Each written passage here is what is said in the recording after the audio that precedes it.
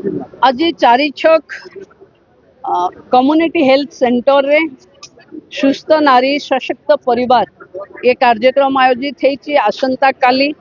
Nimapada hospital रे mega blood donation camp आरंभ होबो एवं समस्त सीएससी एवं आयुष्मान आरोग्य केंद्र रे महिला मानकर स्वास्थ्य चिकित्सित होबो। मु भाबुची देशर प्रधानमंत्री ए वर्षर थीम सुस्थ नारी सशक्त परिवार कहिथिबा कारणरू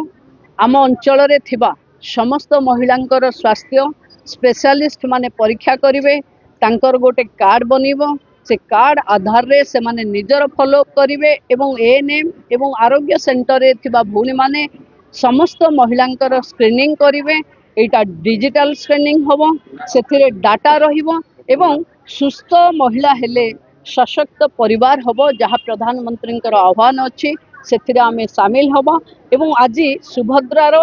भी जन्मदिन और माननीय प्रधानमंत्री भी जन्मदिन 75 वर्ष रे 75 लाख गछ ओडिशार माँ माने भौणी माने लगौथिबे। सबु बंधु को मोर विशेष निवेदन आउ सूर्यास्त 5 घंटा